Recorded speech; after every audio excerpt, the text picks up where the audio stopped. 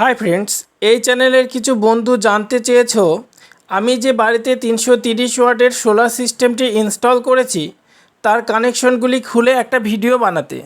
তা বন্ধুদের সেই কথাগুলো মাথায় রেখে আমি আমার কানেকশনগুলো সমস্ত খুলেছি এবং আমি আমার এই সোলার প্যানেলটি প্যারালাল না সিরিজে যুক্ত করেছি তার তথ্য এবং এটা চার্জ কন্ট্রোলারের সঙ্গে কিভাবে যুক্ত করেছি, MC4 সুইচটি কিভাবে ব্যবহার করেছি, ব্যাটারি, ইনভার্টার, এমনকি ডিসি সিস্টেমটি আমি কিভাবে কোনটার পর কোনটা যুক্ত করেছি তাই স্টেপ বাই স্টেপ আপনাদের সঙ্গে উপস্থাপন করব।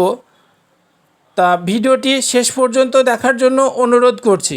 দেখুন, এটা হচ্ছে প্রথম সোলার প্যানেলের প্লাস তার, ওই এটা হচ্ছে মাইনাস। আর এদিকে দেখুন দ্বিতীয় সোলার প্যানেলের এটা হচ্ছে প্লাস ও এটা মাইনাস।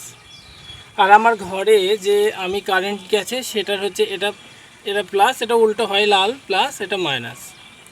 তা আমি এই কানেকশনটা আমি কি বাড়িতে যেটা করে রেখেছিলাম সেটা করার আগে আপনাদের যেটা বলছি যে দেখুন, আমরা সোলার প্যানেলে কানেকশন দুরকমভাবে করতে পারি, একটা সিরিজ কানেকশন, একটা প্যারালাল কানেকশন।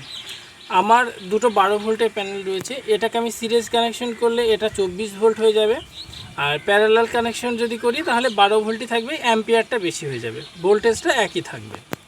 তা আমার যেহেতু স্মার্ট অ্যান্ড কোম্পানির MPPT চার্জ কন্ট্রোলার রয়েছে, এখানে আমি 24 ভোল্ট নিয়ে গিয়ে 12 ভোল্টে যদি কনভার্ট করি তাহলে আমার এফিসিয়েন্সিটা অনেক বেশি হয়।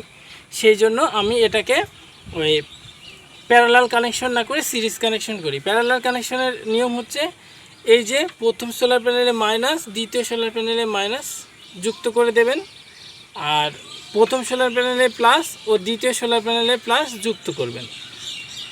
এবার এই রকমভাবে আপনি দুটো তিনটে যতগুলো সোলার প্যানেল ইচ্ছে আপনারা লাগাতে পারেন, এতে আপনার অ্যাম্পিয়ারটা বাড়বে, ভোল্টেজ একই থাকবে। কিন্তু আমি করব প্যারালাল কানেকশন। কেমন দেখুন, প্রথম সোলার প্যানেলের প্লাস, দ্বিতীয় সোলার প্যানেলের মাইনাস দেখুন আমি যুক্ত করে দিচ্ছি, এটা MC4 কানেকশন যুক্ত হয়ে গেল। এবার দেখুন, প্রথম সোলার প্যানেলের আমার মাইনাসটি রয়েছে ফাঁকা, দ্বিতীয় সোলার প্যানেলের আমার প্লাসটা রয়েছে। তা আমার বাড়িতে যে প্লাস তারটি সেটা দ্বিতীয় সোলার প্যানেলের প্লাসের সঙ্গে দেখুন যুক্ত করে দিলাম, আর প্রথম সোলার প্যানেলের যে মাইনাস পোর্টটা সেটা আমি আমার বাড়ির কানেকশানের যে মাইনাস অংশটি রয়েছে তার সঙ্গে যুক্ত করে দিলাম। দেখুন আমার কানেকশান পুরো কমপ্লিট। এটা হচ্ছে শর্ট হয়ে গেছে। এবার এখান থেকে আমার 24 ভোল্ট, যেহেতু 12 ভোল্টের প্যানেল ডবল হয়ে গেলে 12 24 ভোল্ট আউটপুট আমার এখান থেকে চলে যাবে ঘরে। তা চলুন এবার ঘরে দেখা যাক কিভাবে আমি অন্যান্য আনুষঙ্গিক জিনিসপত্র, চার্জ কন্ট্রোলার অন্যান্যগুলো যুক্ত করেছি সেটা দেখা যাক। উপর থেকে সোলার প্যানেল এই যে কেচিং রয়েছে এই কেচিংয়ের মধ্য দিয়ে চলে এসেছে। তারপরে দেখুন এটা এই যে অংশ, এই অংশগুলোর ভিতর দিয়ে সিধা চলে এসছে নিচে। এবার এখান থেকে আমার নিচে দেখুন এই যে এর ভিতর দিয়ে এখান দিয়ে চলে এসেছে আমার এই যে কারেন্ট।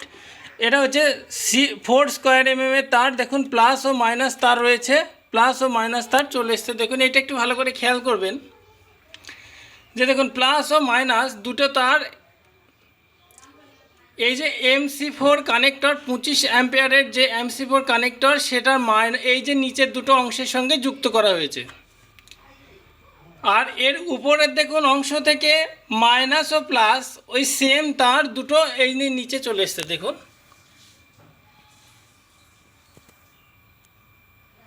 এবার ওখান থেকে এসে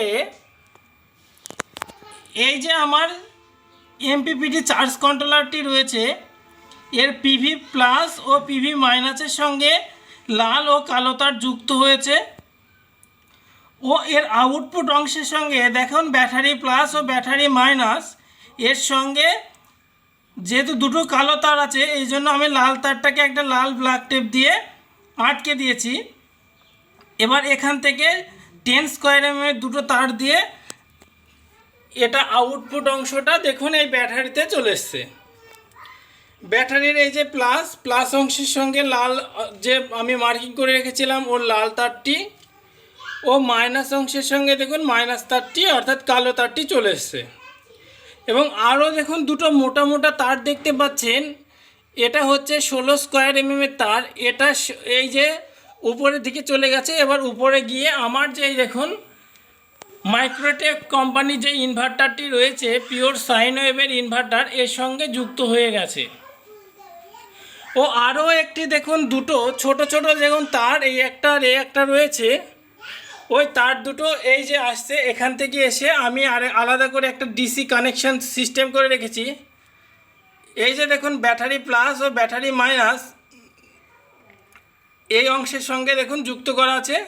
ও এর আউটপুট অর্থাৎ লোড অংশ থেকে দুটো তার আমার ঘরের যে ডিসি লোডগুলো রয়েছে সেখানে আমি আউটপুট পাচ্ছি। আপনি যদি আমাদের পরিবারের সদস্য হয়ে না থাকেন তাহলে চ্যানেলটিকে সাবস্ক্রাইব করে সদস্য হয়ে যাবেন।